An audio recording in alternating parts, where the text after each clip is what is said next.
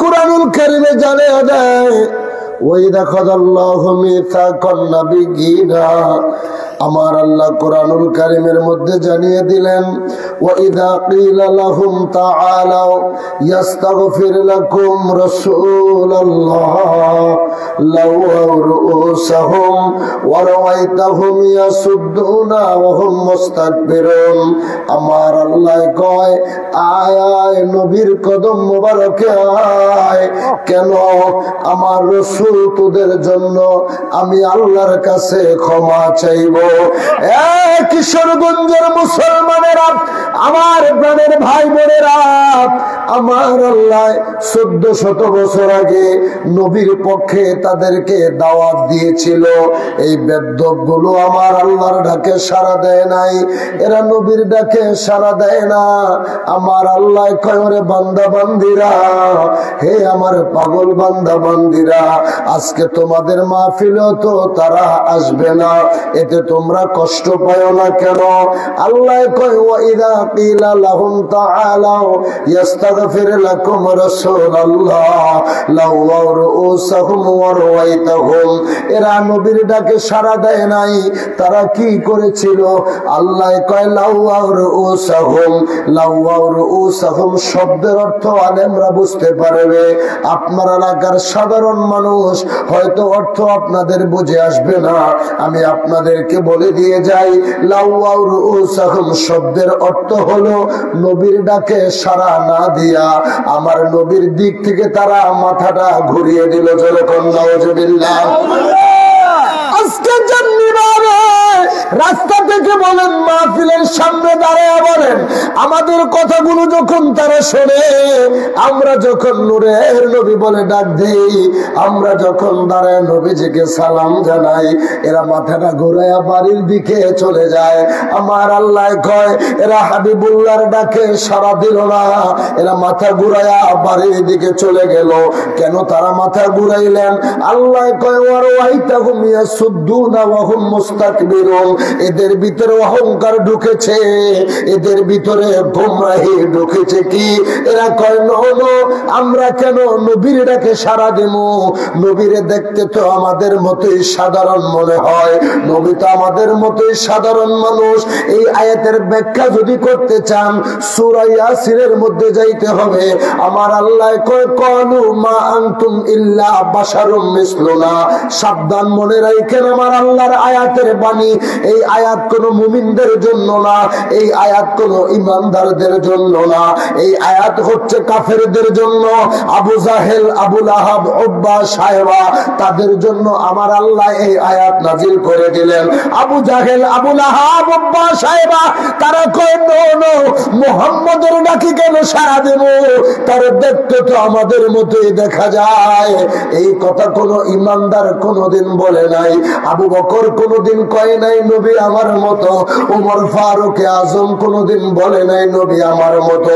ওসমান বিন নূরান রাদিয়াল্লাহু তাআলা আনহু বলে নাই নবী আমার মতো মাওলা আলী বলে নাই নবী আমার মতো আজকে দেড় ফাতার মোল্লা বাস স্ট্যান্ড থেকে 3 টাকার কিতাব কিনা মসজিদে বৈশা ফতোয়া দিচ্ছে নবী আমার মতো এরাই তো মুসলমানদের সবচেয়ে বড় দুশমন কথা বলেন ঠিক কিনা আব্দুল্লাহ বলেন ঠিক কিনা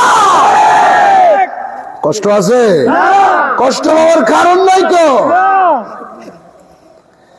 যোগ যোগ জন্য যদি দেখেন সত্যের পক্ষে মানুষ কম ছিল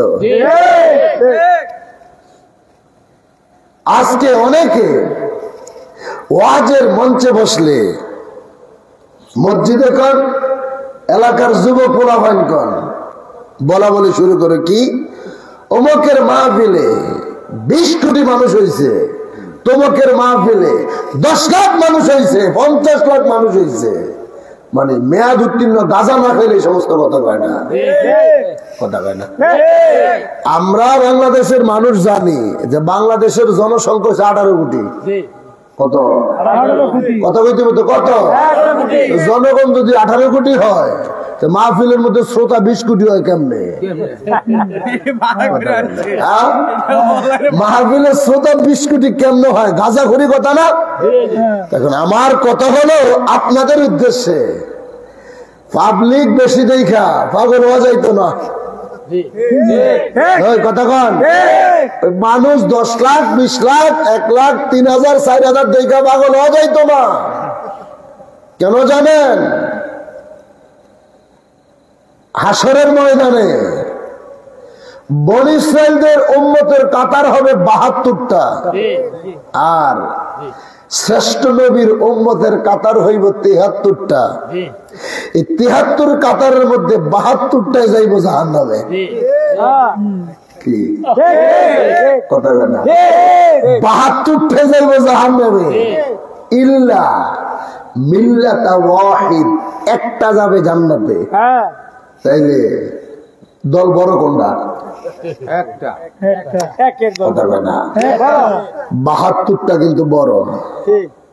72টা যাইব জাহান্নামে, একটা যাবে জান্নাতে। সামনে তো মাহে রমজান, মুসলমানদের প্রথম বিজয় ঘটছে রমজানের 17 রমজানে বদরের যুদ্ধে। মুসলমান ছিল 313 জন, কাফের ছিল 1000। কত? 1000। বিজয় কাগজে 313। এই কথা কোন কাগজ? 313। ঘুমাইলে তো কাম হইতো না। মুসলমান 313, কাফের 1000। বিজয় কিন্তু মুসলমানদের। কথা কোন? উহুদের যুদ্ধে মুসলমান 1000, কাফের ছিল 1000, 3000-এর উপরে। সেখানেও মুসলমানদের। আল্লাহু আকবার বলেন। খন্দকের যুদ্ধে ইসলামের কুরাইশদের সাথে আমার নবীজির শেষ যুদ্ধ, মুসলমান 1000, কাফের 10,000-এর উপরে। নবীর সাহাবী হযরতে সালমান ফারসি রাদিয়াল্লাহু তাআলা আনহু সবচেয়ে বয়স্ক, যিনি তাওরাত জবুর ইনজিল কিতাবও যিনি তেলাওয়াত করেছিলেন, ঈসা রুহুল্লাহর উম্মত হিসাবে তিনি ছিলেন, কিন্তু আল্লাহর কাছে দোয়া করে হায়াত পেয়ে আমার নবীর উম্মত হয়ে গেলেন। আর জোরে বলেন না সুবহানাল্লাহ। হযরত সালমান ফারসি রাদিয়াল্লাহু তাআলা ইতিহাস করুন, সবচেয়ে বেশি বয়স তার ছিল। তো খন্দকের যুদ্ধে যখন নবীজি যায়, কাফেরের সংখ্যা এত বেশি দেখে হযরত সালমান ফারসি রাদিয়াল্লাহু তাআলা আনহু কয়, ইয়া রাসূলুল্লাহ, আজকে একটা হিকমা খাটাইতে হবে। বলে কি?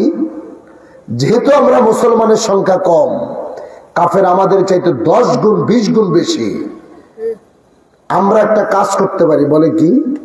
যে আমরা সবাই, আপনি সাহাবীদেরকে হুকুম দেন, সবাই যেন একটা একটা করে কূপ খনন করে, অর্থাৎ মাটিতে গর্ত করে। কখন কি হিকমা কাজে লাগে এটাকে আপনি আমি জানি না। কথা হয় না, জানি না। আল্লাহর হাবিবরে যখন এই কথা বললেন, আমার নবীজি সাহাবীদেরকে ডেকে বলে, হে সাহাবীরা, তোমরা সবাই একটা একটা করে কূপ খনন করো। আল্লাহর হাবিব রাহমাতুল লিল আলামিন দু জাহানের পয়গম্বর যখন এই হুকুম দিলেন, সব সাহাবীরা গর্ত করতে শুরু করলেন, মানে কূপ খনন করতে শুরু করলেন।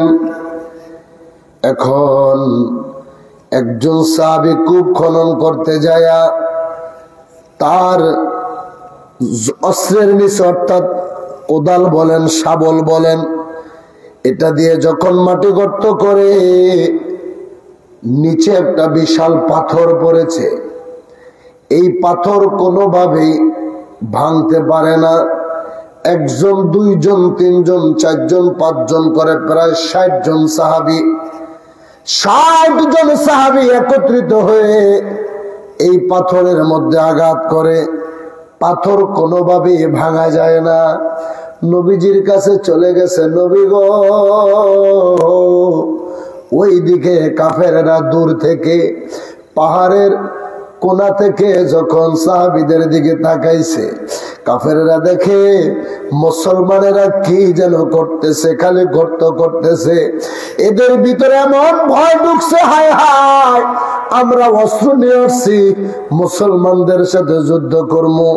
তারা দেখি আমাদের জন্য আগে কবর খনন করতেছে, না জানি দৌড়ে আমাদেরকে জিন্দা মাটি দিয়া ফালাইব।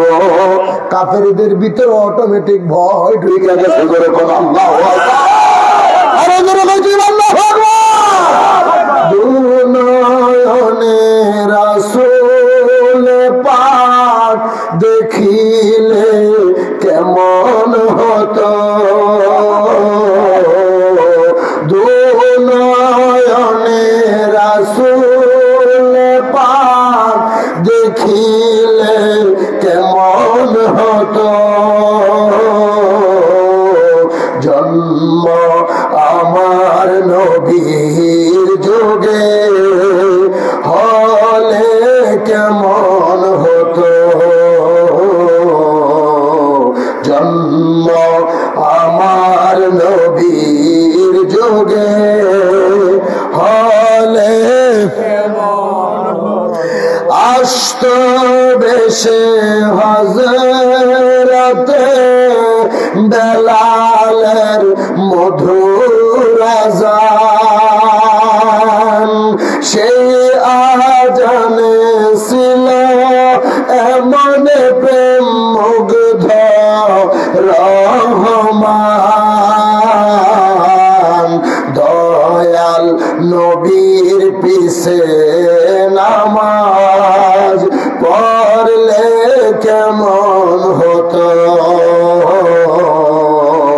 দয়াল নবীর পিছে নামাজ পড়লে কেমন হতো।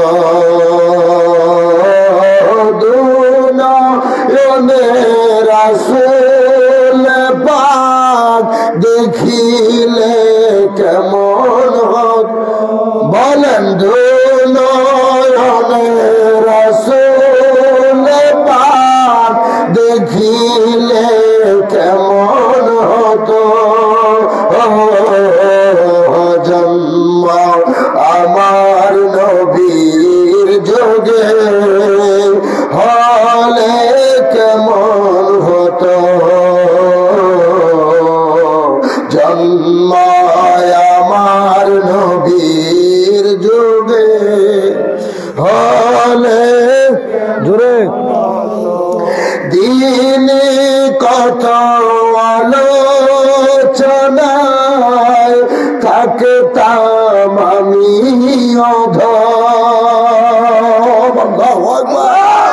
আরো জোরে বলতে ইয়া রাসূলুল্লাহ। দিনে কত আলোচনায় থাকতাম আমি অধম, সামনে রাসূল পাক হতো, পাশে সাহাবাগণ, আবু বকর ওমর ওসমান আলীর সঙ্গী কেমন হতো। আরো জোরে করি ইয়া রাসূলুল্লাহ, চিল্লায়ে বলেন ইয়া রাসূলুল্লাহ। ওই নবীকে আমরা চাই কি চাই না? আব্দুল্লাহ বলেন চাই কি চাই না? নারায়ে তাকবীর, নারায়ে তাকবীর, আল্লাহু আকবার, নারায়ে রিসালাত, ইয়া রাসূলুল্লাহ।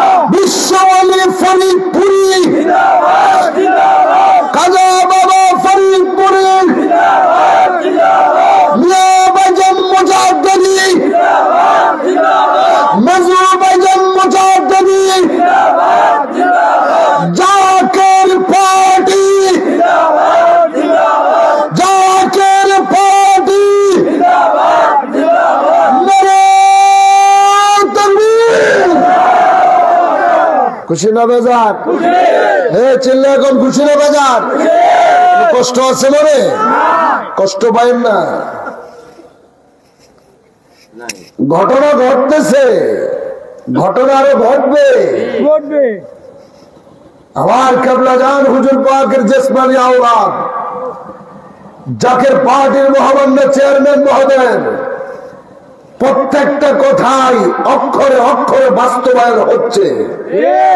কথা বলে না আমার পীর কেবলা জান বিশ্ব লিখানো বাবা ফরিদপুরি কুদ্দুস রুহুল আজিজ, তিনি যে ভবিষ্যৎবাণীগুলো করে গিয়েছিলেন, তিনার ভবিষ্যৎবাণীগুলো বাস্তবায়ন হয়েছে কি হয় নাই? আসতে বলে হইতো না, হয়েছে কি হয় নাই? ঠিক যেমনি ভাবে 1400 বছর আগে আমার রাসূল ভবিষ্যৎবাণী করেছিলেন। মারহাবা কইতে। কোন যুদ্ধের কথা বলছিলাম? খন্দকের যুদ্ধ। কি খন্দকের যুদ্ধ? সালমান ফারসি রাদিয়াল্লাহু তাআলা খুব গর্ত করতে বলছে, কাফেরদের ভিতরে কলিজায় পানি নাই, যে হায় রে আমরা তো তাগরে অস্ত্র দিয়ে আঘাত করবো আর তারা তো আমাকে জিন্দা দাফন করবো। আল্লাহু আকবার। যে তারা তো আমাকে জিন্দা দাফন করতে সিস্টেম করতেছে। অস্ত্রের আঘাত খাইলে বাঁচার সম্ভাবনা আছে, কিন্তু জিন্দা দাফন করলে তো অবস্থা খারাপ।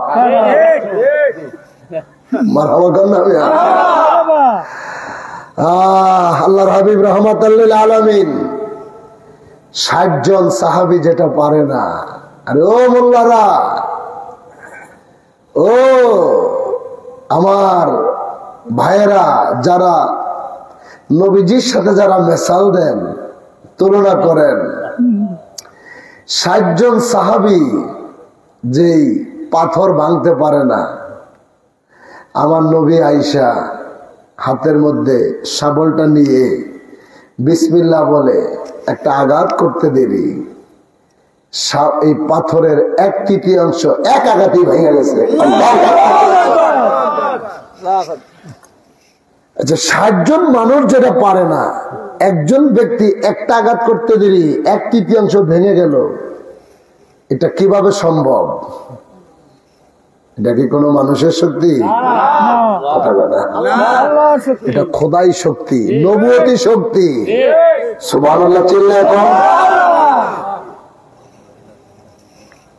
যেমনি ভাবে নাসিরউদ্দিন সিফা সালার সিলেটে আজান দিয়া গোরগোবিন্দের রাজপ্রাসাদ ভাঙছে, শাবল দিয়ে আঘাত করে না, হাতুড়ি দিয়ে বাইরে না, শুধু আজানের ধ্বনি দিছে, রাজপ্রাসাদের ইটগুলো থরথর করে কেঁপে কেঁপে জমিনে পড়ছে। কোথায় সিলেট ওসমানীনগর, কোথায় হবিগঞ্জের চুনারুঘাট। নাসিরউদ্দিন সিফা সালারকে বাবা শাহজালাল বলছে, তুমি তীর নিক্ষেপ করো, তোমার তীর যেখানে পড়বে তুমি সেখানে যায়া তোমার হুজরা শরীফ বানাইবা। সিলেটের জমিন থেকে তীর মারছে, সেই তীর হবিগঞ্জ জেলার শায়েস্তাগঞ্জ চুনারুঘাটে এসে পড়ছে, যেখানে তার মাজার। আল্লাহু আকবার বলে এটা কোন শক্তি? এটা কোন শক্তি? যেই শক্তির কথা আমার কেবলা জান বলছে, যে শক্তির বদৌলতে আল্লাহর হাবিব 1400 বছর আগে এই শাহাদাত আঙ্গুলের ইশারা আকাশের চন্দ্রকে দ্বিখণ্ডিত করছে, যে শক্তির বলে ডুবন্ত সূর্যকে আবার উদিত করছে, সেই আঙ্গুল মোবারক দিয়ে আমার কেবলাদান হুজুর জাকেরানদের কালবে লাগাইছে, আল্লাহর জিকির জারি করেছে। আমার কেবলাদান বলছে, বাবা আপনাদের মেজবাইলাম, আমার জিসমানি আওলাদ, জাকের পার্টির মহামান্য চেয়ারম্যান, যাকে আপনাদের কাছে রেখে গেলাম, আপনারা দেখতেছেন সে আপনাদের মতোই কথা বলে, আপনাদের মতোই চলাফেরা করে, কিন্তু না, সে আপনাদের মতো দেখতে, হাকিকতে তার স্থান অনেক ঊর্ধ্বে। সে এমন একটা সময় আসবে, তার আঙ্গুলের ইশারায় আকাশের বিমানগুলো জমিনের ভিতরে পড়ে যাবে। চিৎকার করে আল্লাহু আকবার।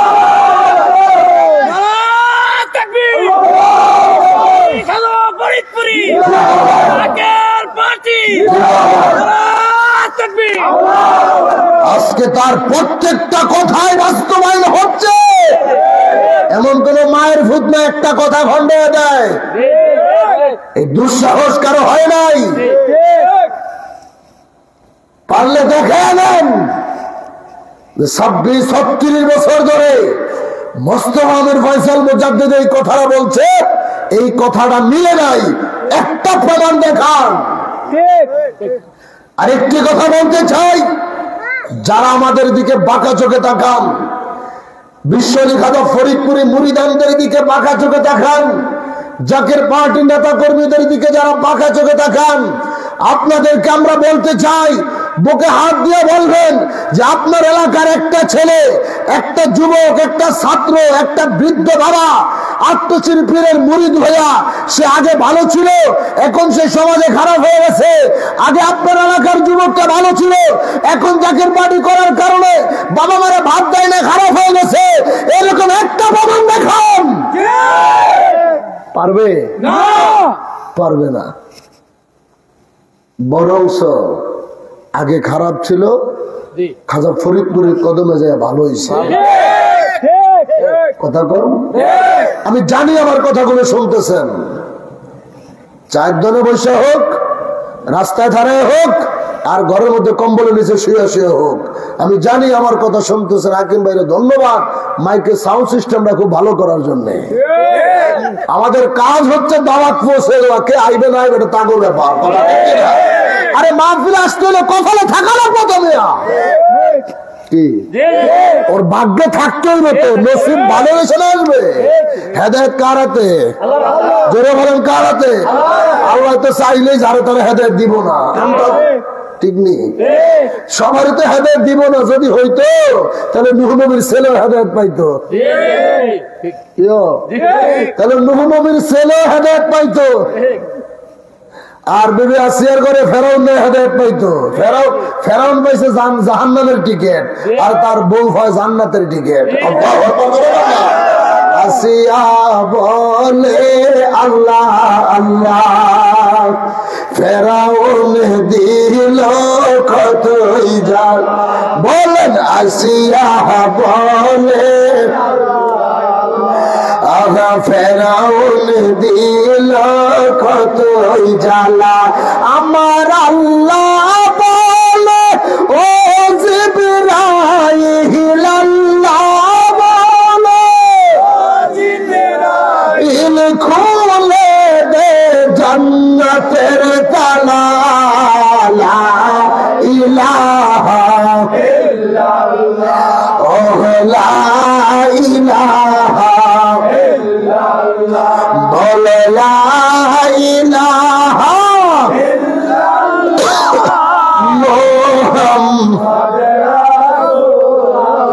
সাল্লাল্লাহু আলাইহি ওয়াসাল্লাম। মারহাবা জোরে কর। আল্লাহর হাবিব রাহমাতুল লিল আলামিন, দু জাহানের পয়গম্বর আমার নবীজি যখন পাথরের মধ্যে একটা আঘাত করছে, পাথরের 1/3 ভেঙে গেল। নবীজি কয় আল্লাহু আকবার, সাহাবীরাও বলে আল্লাহু আকবার। নবীজি কয় সাহাবীরা রে, আল্লাহ আমাকে পারস্যের রাজত্ব দান করছে। আর আস্তে গন সুবহানাল্লাহ। কিসের? পারস্যের রাজত্ব দান করছে। সাহাবীরা কয় নবীজিটা কি কয়? যিনি মদিনা থেকে মক্কা যাইতে পারে না নিজ জন্মভূমিতে, এই কাফেরদের অত্যাচারে ওনারে পারস্যের বিজয় দিছে, এটা কেমন কথা? কথাগুলো মনোযোগ দিয়ে শোনেন না, এটি সকালে পাইবেন না। নবীজি আবার পাথরের মধ্যে আরেকটা আঘাত করছে, পাথরটা আরেক ভাগ ভাঙ্গা চুরমার হয়ে গেছে। আবার সাহাবীরা কয় আল্লাহু আকবার। নবীজিকে আল্লাহ আমারে সিরিয়ার বিজয় দান করছে।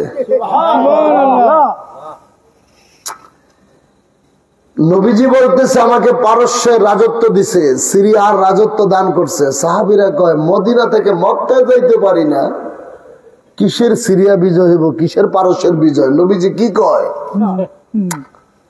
তৃতীয় আঘাতে পুরা পাথর শেষ। নবী আল্লাহ আমাকে ইয়েমেন দান করছে।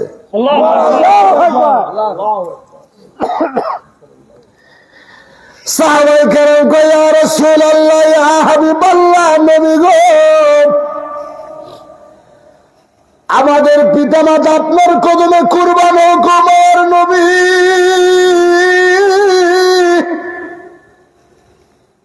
আজকে 7টা বছর হয়ে যায়, 6 বছর পার হয়ে গেল আপনার জন্মভূমি ছেড়ে মদিনায় চলে আসলেন।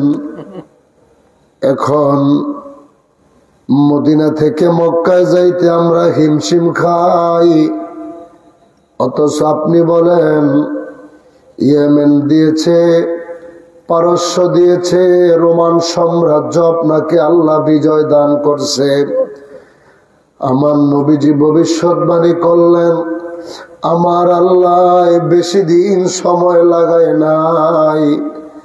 যেমনি ভাবে যদি আমার কেবলা যান বিশ্বলি খাজা ফরিদপুরের দিকে তাকাই, আমার পীর কেবলাদান হুজুর 1354 সনে দাদা হুজুর খাজানেতপুরীর হুকুম মাথায় নিয়ে ৮০০ অজয়পাড়া গ্রামে যখন গিয়েছিলেন, হুজুর জঙ্গলে থাকতে পারে না, ফিরত চলে যায়। একবার নয়, 2 বার নয়, 3 বার আমার খাজা বাবা যখন ফিরত চলে গিয়েছিলেন, দাদা হুজুর খাজানেতপুরী বলে আমার হুকুমে থাকতে হইব, মদিনাওয়ালা কামলিওয়ালা তোমারে সেই জায়গার জন্য বরাদ্দ করেছে। আমার পীর কেবলাদান হুজুর সে ৮০০ অজয়পাড়া গ্রামে অবস্থান শুরু করলেন, যেখানে তিনি 3 জন নিয়ে ঈদের নামাজ পড়লেন। আজকে সেই জায়গায় আমার আল্লাহ 3 কোটি মানুষের জামাতের ব্যবস্থা কইরা দিল মুসলমান। যে রাজেন্দ্র বাবুর অত্যাচারে আজান দেওয়া যাইতো না, যে বাবুর অত্যাচারে রাস্তা দিয়ে মানুষ জুতা পায়ে দিতে পারতো না, ইতিহাস তো সবার জানা আছে। ঈদের দিন মুসলমানেরা নতুন জামা পড়তে পারে না, লাঙল লয়া, গরু লয়া, মহিষ লয়া জমিনের ভিতরে হাল চাষ করতে যাইতো। হিন্দুদের পূজার দিনে ভালো ভালো পোশাক পইরা বাবু বাড়িতে যাইতো ভালো ভালো খাবার খাওয়ার জন্য। যেখানে গরুর গোস্ত খাইব দূরের কথা, জবাই করা নিষেধ ছিল। আজকে 50 বছর 70 বছর যাওয়া লাগে নাই, আমার কেবলাদান হুজুর তার জসমানি আওলাদের হস্ত মোবারক দিয়া সেই রাজেন্দ্র বাবুর রাজ দরবারে গরু ছাগলের মাঠ বানাইছে কি বানায় না?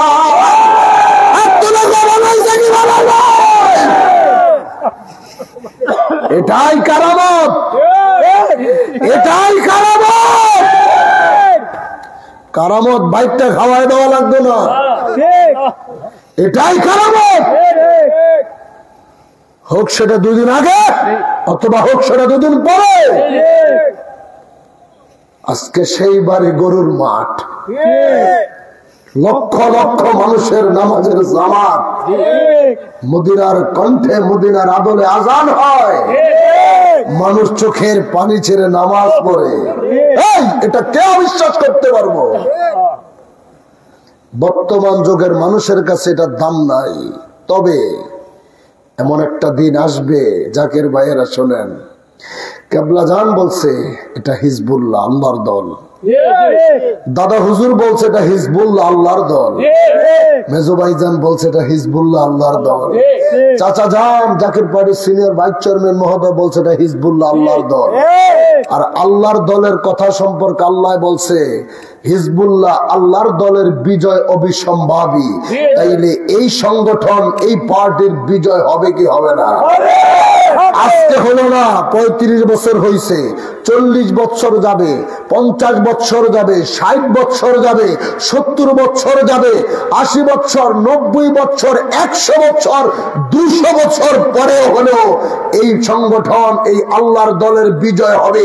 সেদিন মনে রাখেন, ওই যুগের 100 বছর পরে যদি হয়, ওই প্রজন্ম আপনাদের কথা মাথায় নিয়ে তারা আপনাদের কথা স্মরণ করে তারা ইতিহাস লিখবে।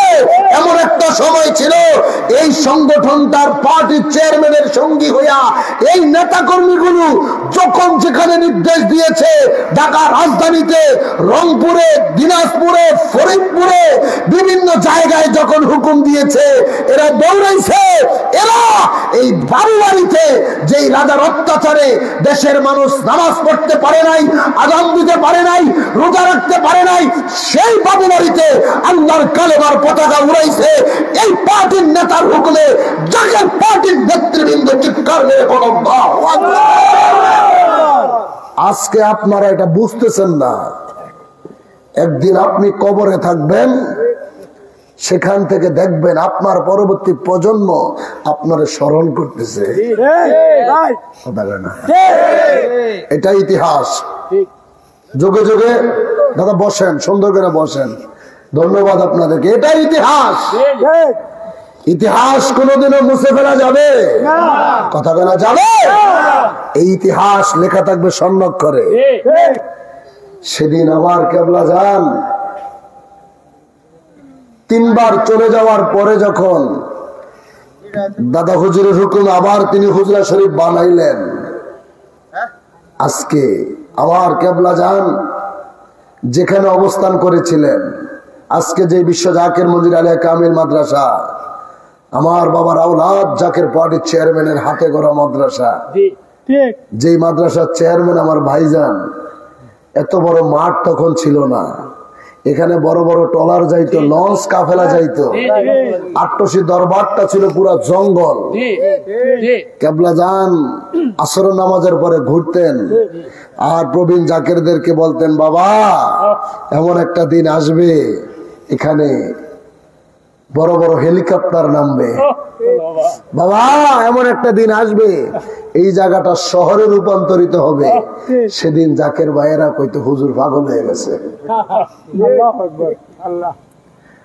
জাকের আমরা বলতে হুজুর পাগল হয়ে গেছে, যে এত বড় নদীর মধ্যে যেখানে কূপ আর কূপ, এখানে কিসের হেলিকপ্টার নামবো, আর জঙ্গল ভরা এখানে কিসের শহর হইব। আজকে বলেন আমার পীর কেবলা দান হুজুরের ভবিষ্যৎবাণী বাস্তবায়ন হয়েছে কি? এই কথা কন। তিনার আওলাদরে দিয়া মুস্তফা আমির ফয়সাল, ফয়সালাকারী আমির মানে নেতা, এক এক শতাব্দীতে এক একজন মুজাদ্দিদের আগমন ঘটে, সংস্কারক। আজকে তিনি বিশ্ব জাকের মঞ্জিলকে সাজায়া বিশ্ব জাকের মঞ্জিল আলিয়া কামিল মাদ্রাসা গড়ে দিয়ে আসলেন। কতজনই তো আজকে বাহাদুরি রাজত্ব দেখাচ্ছেন। এটা মুস্তফা আমির ফয়সাল মুজাদ্দিদের হাতে গড়া প্রতিষ্ঠান। তো যাকে আল্লাহ ক্ষমতা দেয় সে পৃথিবীর সব জায়গায় জায়গায় বাদশাহী করতে পারে। আজকে তিনি সেখান থেকে চলে আসলেন হিকমা খাটায়া, যে কোনো কারণে তিনি আইসা কি বৈশা রয়েছে। বাংলাদেশের সব বিভাগে একটা করে জাকের মঞ্জিল বানাইছে। কথা বলেন ঠিক কিনা? এগুলো কেন বানাইছে? গাজওয়াতুল হিন্দের কথা সবাই শুনছেন, যুবক ভাইয়েরা শোনেন, কথাগুলো লিখে রাখেন। নবীর হাদিস, বুখারী শরীফের হাদিস, যে গাজওয়াতুল হিন্দ আখিরি জমানায় বিধর্মীদের সাথে মুসলমানদের একটা যুদ্ধ হবে। আরে ভাই, আজকে আমরা সমাজে যে দুইটা বিষয় নিয়ে ফিতনা বাজাইছি, ওহাবি আর হইছে সুন্নি। আসলে আপনি এই দুই গ্রুপের দুইজনকে কলারটা ধরে টাইনা আইনা আমার সামনে দাঁড় করে মাহফিলের মধ্যে যদি জিজ্ঞেস করেন বেটা ওহাবি কেন কেন সুন্নি কেন কয়, উত্তর দিতে পারবো না। কথা বলে ওহাবি কেন বলে আর সুন্নি কেন বলে, আসলে কিন্তু দুই ভাই উত্তর দিতে পারবো না। অথচ দুইটা কথা নিয়ে সমাজের মধ্যে যত ফেতনা, যত ঝগড়া বিবাদ, কথা বল। অথচ আপনাদের এলাকায় তো কতগুলো মসজিদ আছে, এই মসজিদ গুলোতে মুসলিম আছে, অন্তত একজন ইমাম তো আছে, আছে না? একজন মুয়াজ্জিন তো আছে। এই মানুষগুলো তারাও তো আমাদের কথাগুলো শুনতেছে। এই আমাদের ভিতরে নিজেদের মধ্যে, সাধারণ পাবলিকের মধ্যে ওয়াহাবি আর সুন্নি তকমা লাগায়া মানুষদেরকে এমন ভাবে ডিভাইডেড করছে, একজন আরেকজনের কথা শুনতে পারে না। সুন্নিরা ওয়াহাবি করে মানে ওই ভাই করে দেখলে মনে করে না জানি শত্রু দেখলো, আর ওই ভাইরা আমা করে দেখলো মনে করে একেবারে জাহান্নামের টিকিট প্রাপ্ত বেদাতি করে দেখলো। কথা বল না? কিন্তু আপনি বুঝতেছেন না এই চক্রান্তটা কাদের। এই চক্রান্ত হচ্ছে ইহুদি নাসারাদের। আল্লাহর জাতের কসম, এই চক্রান্ত ইহুদি নাসারাদের। ইহুদিদের কাজ হচ্ছে কি জানেন? মুসলমানদের মধ্যে ফিতনা সৃষ্টি করা, মুসলমানদেরকে আলাদা করা। আল্লাহর নির্দেশ হচ্ছে তোমরা ঐক্যবদ্ধ হও, ওয়াতাসিমু বিহাবলিল্লাহি জামিআ ওয়া লা তাফাররাক। তোমরা পরস্পর আলাদা হয়েও না, এটা আল্লাহর হুকুম। কার হুকুম? আল্লাহর হুকুম। আল্লাহর সাথে কথা কোন কার হুকুম? আল্লাহর হুকুম হচ্ছে তোমরা আলাদা হয়েও না। আর এখন আমাদের কাজ হচ্ছে খালি আলাদা করা। অন্য ধর্ম আমি বাদ দিলাম, মুসলমানদের মধ্যে দেখেন না কতটি দল হয়েছে, ওহাবি, খারেজি, রাফিজি, শিয়া, কাদিয়ানি, সুন্নি, লামাজাবি, আহলে হাদিস, মুতাজালা, মানে এত দল, সবই তো মুসলমান। আজকে সমাজে এত ফিতনা, দুনো গ্রুপই তো মুসলমান, তাহলে দ্বন্দ্বটা বাজাইলো কে? ঠিক, মুসলমানদের মধ্যে এই ফিতনাটা ঢুকাইলো কে? ইহুদি নাসারা। রিকশাওয়ালা ঢুকায় নাই, মাটি কাটা কৃষক ঢুকায় নাই, একজন জুতা সেলাই করে মুসি ঢুকায় নাই, হোটেলের মধ্যে ব্যবসা করে একজন কি বলে কর্মচারী ঢুকায় নাই। এই ফিতনা ঢুকাইছে আমার মতো বড় বড় আলেমরা। আর এই আলেমদেরকে কন্টাক্ট করছে কে? বড় বড় আলেমদেরকে এই কথাগুলো বলার জন্য টাকা বুড়ি বুড়ি বস্তায় বস্তায় টাকা দিল কে? 1400 বছর আগের ইতিহাস তাকান।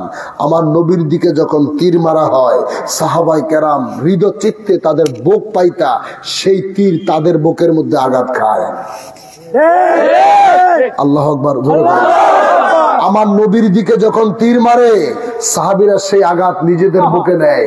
এই দৃশ্য যখন ইহুদিরা যখন দেখেছে, তাদের ভিতরে একটা প্রশ্ন জাগতেছে যে কি, যতক্ষণ পর্যন্ত মুসলমানদেরকে নবী থেকে আলাদা করা না যাবে, ততক্ষণ পর্যন্ত মুসলিম জাহানকে ধ্বংস করা যাবে না। সেদিন থেকেই তারা চক্রান্ত শুরু করছে, যে কোনো মূল্যে মুসলমানদের ভিতরে ফিতনা লাগাইতে হবে। এই তারা মিডল ইস্টের বড় বড় দামি দামি মাদ্রাসাগুলোতে তারা ঢুকে গেছে। সেখানে যাইয়া দেখছে কোন ছেলেটা সবচেয়ে ট্যালেন্ট, কোন ছেলেটা সবচেয়ে ডিগ্রিধারী, কার ব্রেন সবচেয়ে সূক্ষ্ম, কার কথা মানুষ মনোযোগ দিয়ে শুনবে, তার কথা বলার বচনভঙ্গি ভালো, কার কথা উপস্থাপন করার জ্ঞান, তার ভাষা ভালো, তারই হাত করছে কি তোমার কি লাগবে? টাকা, গাড়ি, বাড়ি, নারী, সম্পদ, ক্ষমতার ভোগবিলাস, যাহা কিছু দরকার সবকিছু আমরা তোমার জন্য বরাদ্দ করেছি। বিনিময় কি? এই কোরআন দিয়া মুসলমানদের মধ্যে ঝগড়া লাগাইতে হবে।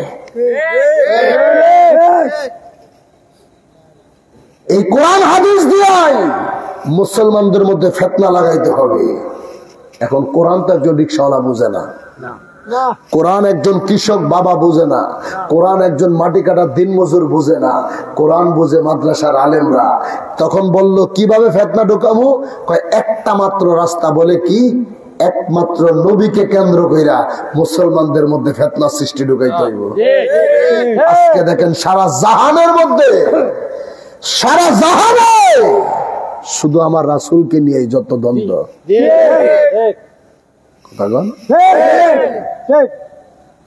এক গ্রুপ 20 রাকাত তারাবিরে বানাইলো 8 রাকাত, মারামারি বাজে না।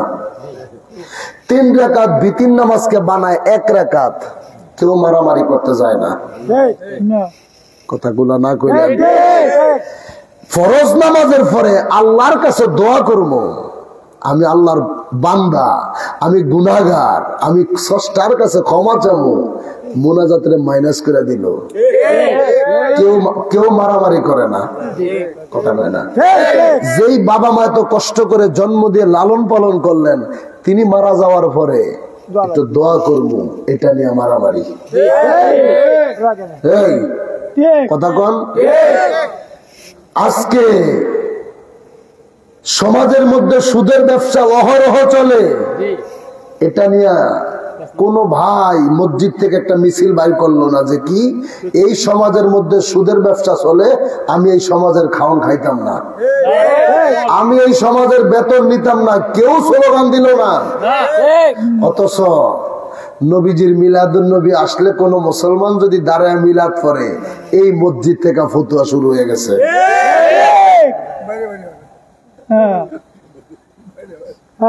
শুরু হয়ে গেছে, মহিলা বেপরদায় চলতেছে, কোন ফতুয়া নাই। এলাকার মধ্যে মদের ব্যবসা, ইয়াবার ব্যবসা, মাদক দ্রব্য দিব্যি চলছে, কোন মিছিল নাই।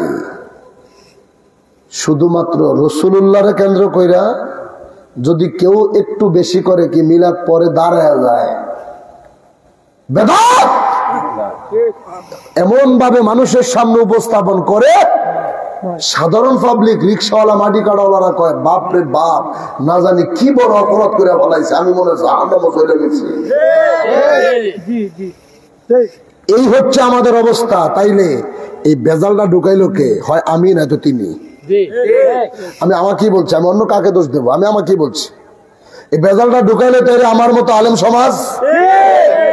যদি তা না হইতো আজকে এই মাঠে মানুষ জায়গা দিতে পারতেন না। আমি জানি, বুঝছি, আমি এলাকায় পাড়া দিয়ে বুঝছি ঘটনাটা কি করছে।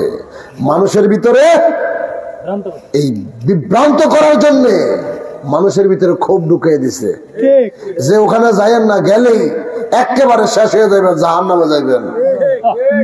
আল্লাহর কসম করে বলি, যে সমস্ত মানুষগুলো এই সমস্ত কথা বলে, পাবলিককে ধোঁকা দিচ্ছে, তাদের উপরে আল্লাহর লানত দুনিয়াতে এবং পরকালও। কারণ আল্লাহ বলছে কোরআনুল কারীমের ভিতরে যে মিথ্যাবাদীদের উপরে আল্লাহর লানত, লানতুল্লাহি আলাল কাযিবিন, মিথ্যাবাদীর উপরে আল্লাহর লানত। আমরা এখানে যা কিছু করছি, আপনারা এই এলাকার মানুষ, আপনাদেরকে আল্লাহ বিবেক দিয়েছে। আজান দেওয়া কি নিষেধ?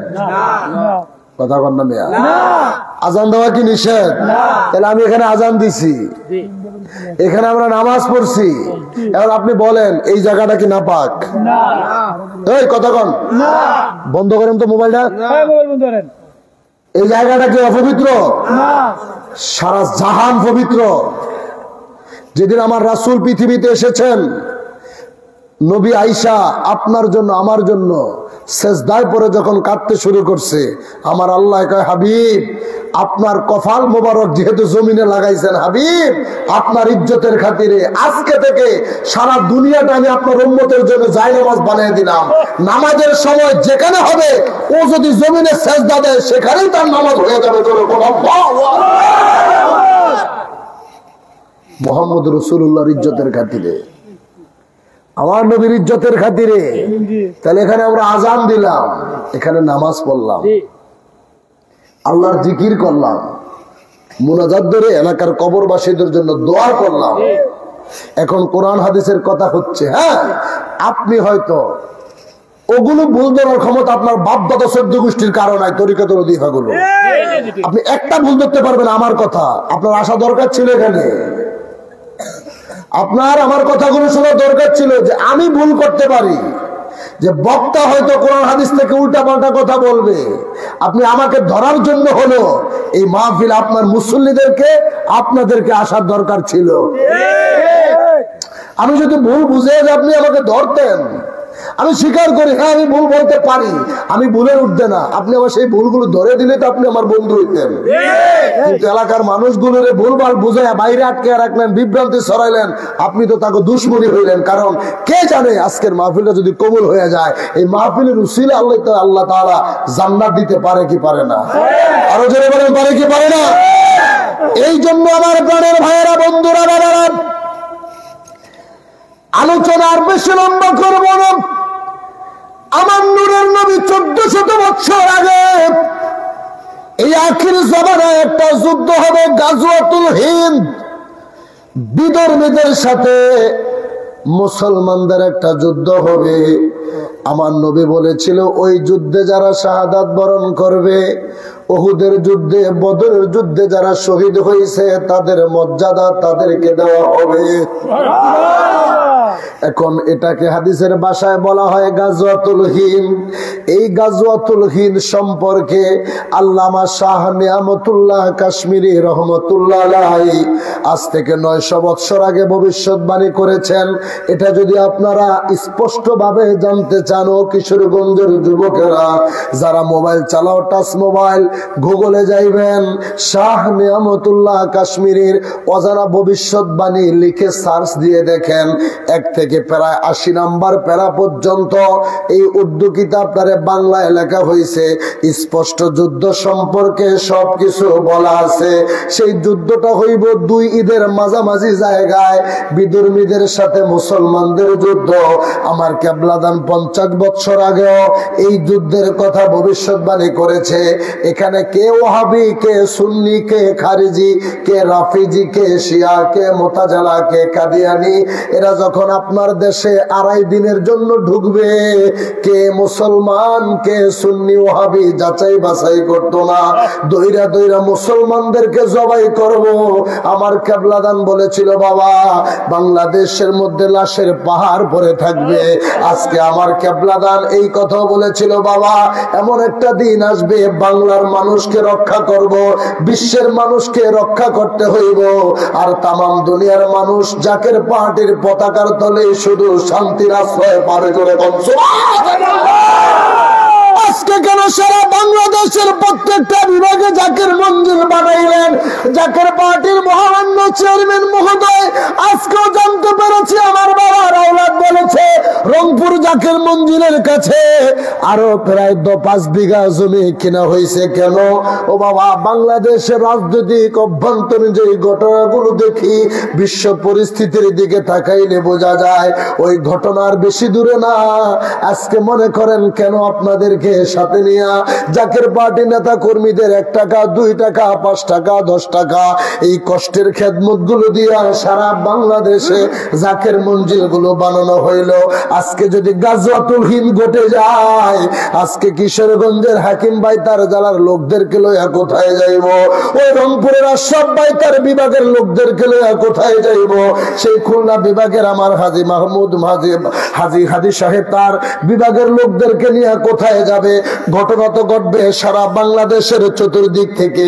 2.5 দিনের জন্য যখন তারা ঢুকবে, ওই রংপুরের মানুষগুলো বিশ্ব জাকের মঞ্জিলে আসতে পারবে না, খুলনার মানুষগুলো ঢাকা রাজধানীতে যাইতে পারবো না। এই জন্য প্রতিটা বিভাগে জাকের মঞ্জিলের দুর্গ বানানো হয়েছে। বিপদ যখন বইটা যাইব, ওই বিভাগের মানুষগুলোকে সেই জায়গায় আশ্রয় দিবে, তারা নিরাপত্তার জায়গা পাবে। কথা বলেন ঠিক কি না? আপনারা বলেন ঠিক কি না? এখন যতই ষড়যন্ত্র করেন, আসুক, যতই ষড়যন্ত্র করেন, যত কিছুই করেন, আমাদের এই দাওয়াত কেউ কি বন্ধ করতে পারবে? এই জাকির ভাইরা জোরে বলেন, পারবে? কারণ 1400 বছর আগের সেই ইসলাম যেভাবে চলছে, আজকের সেই দাওয়াত একইভাবে চলতেছে। মারহাবা জোরে কোন। আল্লাহর হাবিব রাহমাতাল লিল আলামিন নবীজি কয়, সাহাবীরা রে, আল্লাহ আমাকে পারস্যের বিজয় দিয়েছে, ইয়েমেনের রাজত্ব দিয়েছে, সিরিয়ার বিজয় দিয়েছে। এখন সাহাবায়ে কেরাম কয়, ইয়া রাসূলুল্লাহ, ইয়া হাবিবাল্লাহ, মদিনা থেকে মক্কায় তো যাইতে পারি না, এত বড় বাদশাহী কেমনে হবে? অথচ দেখেন আমার নবীর ভবিষ্যৎবাণী বাস্তবায়ন হলে গেল, বেশি দিন লাগে নাই। নবী এই কথা বলার মাত্র 3 বছর পরে, নবীর ইন্তেকাল মুবারকের পরে 3 বছর খলিফা ছিলেন হযরত আবু বকর সিদ্দিক। আবু বকর ইন্তেকালের পরে যখন ইসলামের দ্বিতীয় খলিফা হযরত ওমর ফারুক আযম রাদিয়াল্লাহু তাআলা আনহু, ওমর ফারুক আযম যখন খলিফা, শুধু মক্কা নয়, মদিনা নয়, বাংলাদেশের মতো 117টা রাষ্ট্রের প্রেসিডেন্ট তিনি। অর্ধ পৃথিবীর বাদশাহ, ইয়েমেন বলেন, পারস্য বলেন, রোমান সম্রাট বলেন, সকল রাষ্ট্রগুলো মুসলমানদের অধীনে চলে আসছে। আমার নবীর ভবিষ্যৎবাণীর বাস্তবায়ন হয়েছে কি হয় না? ঠিক তেমনি ভাবেই আমার কেবলা জানের ভবিষ্যৎবাণী গুলো বাস্তবায়ন হয়েছে। এখন আমার বাবার আওলাদ জাকের পার্টির চেয়ারম্যান মহোদয় ঠিক তেমনি ভাবে যা কিছু বলতেছে সব বাস্তবায়ন হচ্ছে। যার নসিব ভালো সে শুনবে, যার নসিব খারাপ সে শুনবে না। কিন্তু আমাদের কাজ হচ্ছে শুধু দাওয়াত দেওয়া। সামনে গায়বন, সামনে গায়, আমাদের কাজ শুধু দাওয়াত দেওয়া। নূহ নবী যে দাওয়াত দিয়েছিলেন, ঠিক কিনা? আল্লাহর হুকুমে তিনি বলেছিলেন প্লাবন আসতেছে, প্লাবন আসতেছে, যদি বাঁচতে চাও এই নূহের তরিতে উঠো। 900 বৎসর দাওয়াত দিয়া, 900 মতান্তরে 1100 বৎসর দাওয়াত দিয়া মাত্র 9 জন নাকি 10 জনরে মুসলমান বানাইছে। চিন্তা করছেন কেমন নাফরমান ছিল। 80 বৎসর পর্যন্ত তরি বানায় আসে, দাওয়াত দিতে শুরু করছে, কেউ সাড়া দেয় না। আপন ছেলে কয় কিসের প্লাবন আসবে? এই সমস্ত ভাউতাবাজি কথা, কিসের প্লাবন আসবে? সন্তান হইয়া বাবার দাওয়াত কবুল করে না। কিন্তু একজন অন্ধ মা, বৃদ্ধ গরিব মানুষ বলে, হে আল্লাহর পয়গম্বর নূহ, আমি তোমার কথা বিশ্বাস করলাম, তোমার দাওয়াত আমি কবুল করলাম। যেদিন এই দুর্যোগ শুরু হবে তুমি আমারে তোমার তরিতে উঠে লয়ে যাইও। তোমার এই নূহের তরিতে উঠে নিয়ে যাইও। এই তরি সেই তরি, নূহের তরি। আজকে জাকের পার্টি সেই নূহের তরি। আমার কেবলা জান বিশ্ব জাকের মঞ্জিলকে নূহের তরি বলে নাই। দাদা হুজুর বিশ্ব শান্তির মঞ্জিল এনায়েতপুরকে নূহের তরি বলে নাই। জাকের পার্টিকে বলছে নূহের তরি। পায়ে হাত রেখে বলে যায় কিশোরগঞ্জের বাবারা, নেতৃবৃন্দু যারা আছেন, কোনোভাবেই যেন ইবলিস ধোঁকা দিতে না পারে। ইবলিস শত চেষ্টা করবে এই তরি থেকে নামায় দিতে। যেমন বাইজিদ বোস্তামি কুদ্দুস সাহসিরুল আজিজ, তার মুরিদ তার সাথে রওনা করছে। বাইজিদ বোস্তামি হাইটা হাইটা নদী পার হয়ে যায়, মুরিদ তো পারবে না। মুরিদ কয় আমিও পারবো। কয় তাহলে তুই যদি পার হইতে চাস তুই আমার হাত দিয়ে ধরবি, আর তুই তসবি জপবি কি বাইজিদ বাইজিদ। সুবহানাল্লাহ, তুই বাইজিদ বাইজিদ জপবি। হ্যাঁ, বাইজিদ বাইজিদ কইতেছে, নদীর মাঝখানে গেছে। মাগার শ্রেষ্ঠ আপন, আপনের আপন ইবলিস চাচাই তো সামনে গাড়িছে। ইবলিস চাচাই কয়, হে মুরিদ তুই কি করস? কয় আমি আমার পীরের নাম জপি। কয় কি? কয় বাইজিদ। কয় তোর পীর কি জপে? কয় আল্লাহ। কয় তুই কত বড় বোকা, তোর পীর আল্লাহ রে ডাকে আর তুই তোর পীরের ডাকস?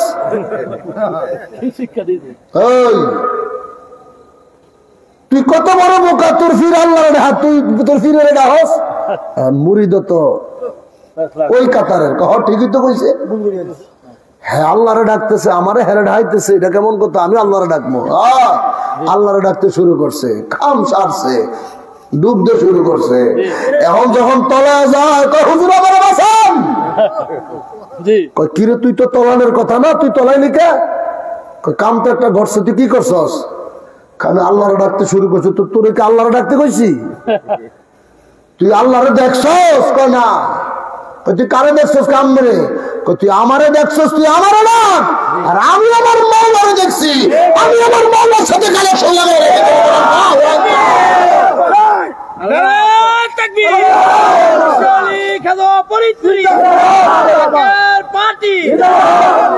ইসলামী মহাসম্মেলন, আমার কালেকশন আল্লাহর সাথে, তুই কালেকশন লাগাবি আমার সাথে। ততএব কারণে জাকের পার্টির চেয়ারম্যান টু বিশ্বলি খাজা ফরিদপুরি, সেখান থেকে মদিনাওয়ালা, সেখান থেকে স্রষ্টা। আপনি জাকের পার্টির চেয়ারম্যান নির্দেশ দিচ্ছে তুই এখানে মসজিদ বানাবি, এই জায়গায় তোরা কাজ করবি। জাকের পার্টির চেয়ারম্যান নির্দেশ দিচ্ছে তুমি বনানী পাক দরবার শরীফে আসবা, তুমি বিশ্ব জাকের মঞ্জিল 22 পাক দরবার শরীফে আসবা। এখন আমি যদি ফোন দিতে করে মনে করি হায় হায় মুরিদ তো ইসি হুজুরের কাছে 22 যাবো কা, 22 যাবো কা, আমি 28 যাবো, তুই যা, তোর কপালে বিপদ আছে মনে নেই। কারণ তোমারে তো ধরে দিছে মোস্তফা আমির ফয়সালকে, এই কথা কোন, তোমারে তো রাস্তা ধরে দিছে মোস্তফা আমির ফয়সাল মুজাদ্দিদকে, বিশ্বলি খাজা ফরিদপুরি বলেন যায়। এখন বিশ্বলি খাজা ফরিদপুরির কাছে গেলে যদি কিরে তুই এখানে কে, তোরে আমি কি কইছি? আমনে কইছে মোস্তফা আমির ফয়সাল মুজাদ্দিদের সাথে থাকতে, তুই এখানে আইলি কে? এই কথা কোন ঠিক কিনা? তুই এখানে আইলি কে? তুই তলাইতে থাক, যা। তরিকা করো, তরিকা বুঝো না ভাই, বুঝতে হবে। মনে কষ্ট নিও না, কয়দিন কষ্টটা করো না। দুনিয়ার বাদশাহীর কি দাম আছে, আমরা বাদশাহী করবো পরকালে। এখন ঠিক কিনা? দুনিয়ায় পাঠালে কেন সফরে, পড়েছি আজ রে কেমন ফেরে, নফস দুশ্মন কেন দিলে সাথী করে, কি করে বাঁচে ইমান যুদ্ধ করে একা একা, তোমার বন্ধু যেন সাথী হয়ে দেয় দেখা, তোমার বন্ধু যেন। সেই বন্ধুকে মুহাম্মদ রাসূলুল্লাহ সাল্লাল্লাহু আলাইহি ওয়াসাল্লাম, সেই নবীজির সত্য ইসলাম প্রচারের দায়িত্ব হচ্ছে বিশ্বলি খাজা ফরিদপুরির কাছে। যোগে যোগে যত নবী রাসূল এসেছেন আপনাদেরকে অহংকার করে বলতে পারবেন, যত নবী রাসূল এসেছেন সবাই তাদের কালেমার দাওয়াতের পাশাপাশি আরেকটা দাওয়াত দিয়েছে কি, আমার পরে এমন একজন নবী আসবে যিনি মাসিক থেকে মাগরিব, শিমাল থেকে জুনুব পর্যন্ত দ্বীন ইসলামের পতাকা উড়াবে। এটা আদম বাবাও দিছে, ঈসা রুহুল্লাহ দিচ্ছে, সব নবীরাই আমার নবীর আগমনের বার্তা পৌঁছে গেছে। দেখেন নবী আসছে, নবী আবার রওজা পাকে ঘুমিয়ে গেছে, আখির জমানায় আমার কেবলা জানলে পাঠাইলেন। কোন ওলি আল্লাহ তো ওই নবীর সত্য ইসলামের দাওয়াত দেয় নাই, সবাই বিভিন্ন পীরের তরিকা প্রচার করে গেলেন। কিন্তু আমার খাজা বাবা আয়েশা আবার তিনি কেন বললেন আমাকে আল্লাহ একটা মিশন নিয়ে পাঠাইছে দয়াল নবী রাসূল পাক সাল্লাল্লাহু আলাইহি ওয়াসাল্লামের সত্য তরিকার দাওয়াত প্রচার করতে। তাইলে খাজা ফরিদপুরি তিনি কে? সব নবীর আল্লাহর হুকুমে প্রচার করছে, কথা বলেন না? সব পয়গম্বর সকল আল্লাহর হুকুমে আমার নবীর নাম মোবারক প্রচার করে গেছে। তাহলে নবীর ইন্তেকাল মোবারকের পরে আইসা আবার খাজা ফরিদপুরি বলতেছে আমাকে আল্লাহ একটা মিশন নিয়ে পাঠাইছে দয়াল নবীজির সত্য তরিকার দাওয়াত। তাইলে খাজা ফরিদপুরি এই তো আসল কত বড় শক্তি নিয়ে তিনি বলছে আমাকে আল্লাহ এমন এক মহাশক্তি দিয়েছে যেটা পৃথিবীতে আর কারো কাছে নাই। কত বড় ক্ষমতা নিয়ে তিনি এই কথা বলছে। আমরা চিনি নাই তারে, আমরা চিনি নাই। যদি চিনতাম তারে ছাড়তে পারতাম না, কলিজা ফাইটা মারা যাইতাম যদি তারে চিনতাম। আজকে ঠিক সেই নিয়ামত, সেই চাদর আল্লাহু আকবার করেন না, আরো জোরে বলুন আল্লাহু আকবার। আজকে সেই চাদর সুবহানাল্লাহ কর, যে প্রেমের চাদর ওয়াস করণীর গায়, সে প্রেম নসিব কর গো আমায়। আমি লিখব চিঠি দেব তোমায়, পাখি পৌঁছে দিও রওজায়। আমি লিখব চিঠি দেব তোমায়, পাখি পৌঁছে দিও রওজায়। আমি থাকবো বসে আশায়, চিঠির উত্তর আসবে আমার গায়ে। ইয়া রাসূলুল্লাহ, একটু হাত উঠে বলেন ইয়া রাসূলুল্লাহ।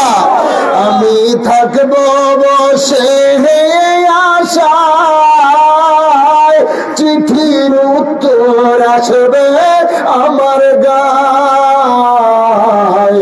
আমি ঘুরবো মদিনার চারিপাশ,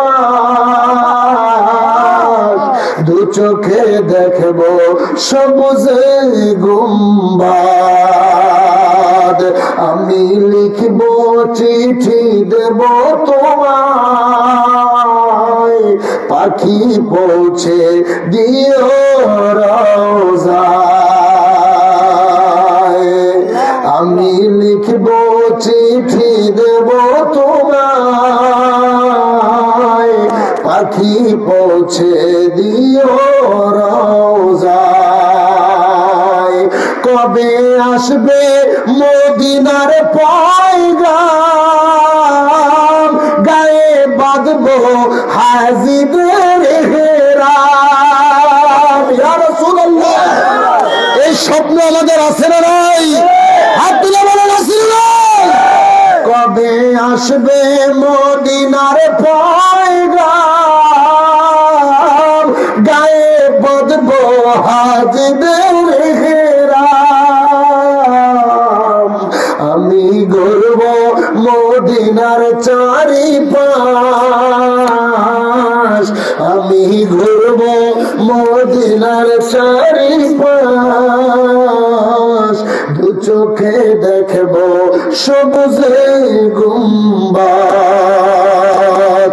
আমি লিখবো চিঠি দেব তোমায়, পাখি পৌঁছে দিও রওজায়। চিঠির উত্তর যদি গোনা পাই, এ জীবন মরণ সব যে বিদায়।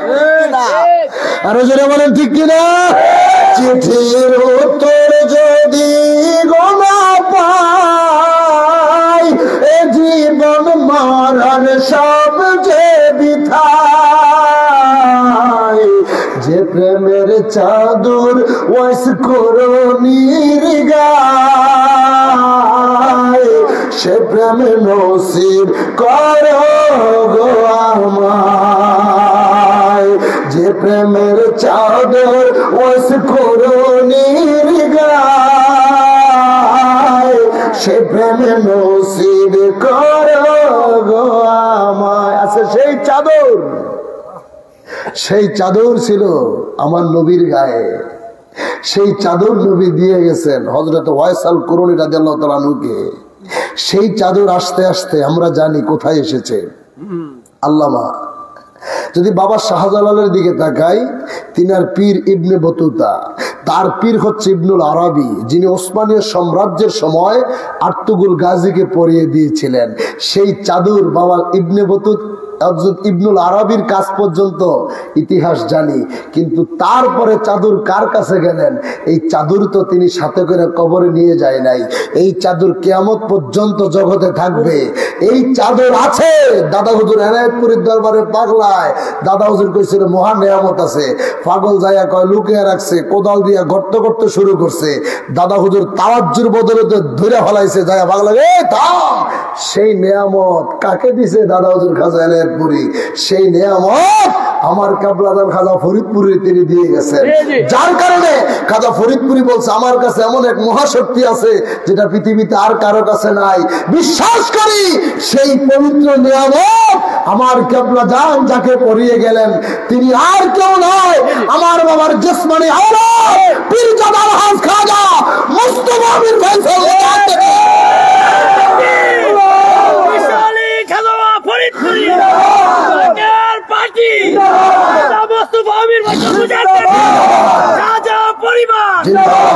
পবিত্র ইসলামী মহাসম্মেলন চল সকলে চল বাবার কদমে, তোরা চল সকলে চল বাবার কদমে। আমার দয়াল বাবাই ডাক দিয়াছেন মধুর বচনে, আমার নজর ভাইজান ডাক দিয়াছেন মধুর বচনে। তোরা চল সকলে চল বাবার কদমে, তোরা চল সকলে চল মুহের তরিতে, তোরা চল সকলে চল ঝাঁকের পাটিতে। পীর তো সামান্য নয় নবীর নায়েব হয়, আমার বাবাই তো সামান্য নয় নবীর নায়েব হয়। পাপিতা পিতরাইতে ভবেতে উদয়, তোরা চল গো সকলে চল বাবার কদমে, তোরা চল। ঠিক জন্য রাজি আছে নাই? আরো জোরে বলেন রাজি আছে নাই? কে আমাদেরকে কি বললো সেদিকে মাথা ঘামানো দরকার আছে? হুজুর বলছে আমার এক গোড়া এক চাবুক যথেষ্ট। এটা হুজুর পাকের কথা, আমার রাসূলের সকল ভবিষ্যৎবাণী মিলে গেছে। কাবলাজান হুজুরের সব ভবিষ্যৎবাণী মিলে গেছে। এখন মেজু ভাইজান মুজাদ্দিদির সকল ভবিষ্যৎবাণী মিলতেছে। অতএব বান্ধবরে হারাইয়া কাঁদতেছেন। এখন যে বান্ধব আছে এই বান্ধবরে ধরার চেষ্টা করেন। ইনি ধরা দিবে না, তাকে ধরতে হবে। ইনি ধরা দিবে না, তারে ধরতে হইব। কেমনে ধরতে হইব? তার হুকুম পালন করতে হইব। আপনি কোটিপতি বিজনেসম্যান, উনি আপনাকে ডোন্ট কেয়ার, উনি আপনাকে কোনো টাইম দিবে না, উনি তাকে ভালোবাসে না। কিন্তু আপনি একজন গরিব, আপনি তার কথা শুনতেছেন, তার হুকুম পালন করতেছেন, তিনি আপনার কলজার মধ্যে বইরা রাখবেন। কি বলেন? যার প্রমাণ আপনাকে কিসের গন্ধ? মানে কষ্ট নিয়েন না। এই যে পাগলের মতো আপনারা একজন সভাপতি পাইছেন, এর কি আছে? আমি যা দিই ঠিক মতো নামটাও লিখতে পারি না, আমি জানি তো, ঠিক মতো নামটাও লিখতে পারে না, জানেন।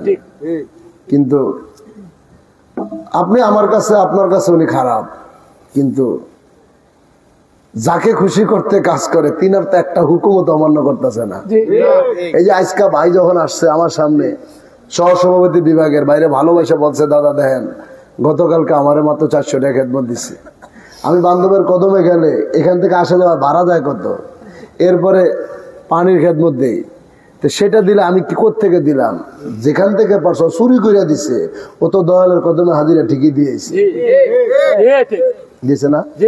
তাহলে এখন জাকের বাড়ির চেয়ারম্যানের হুকুমগুলো মানার কারণে দেখেন তার মাথায় রাজমুকুট পরে রাখছে, ঠিক না?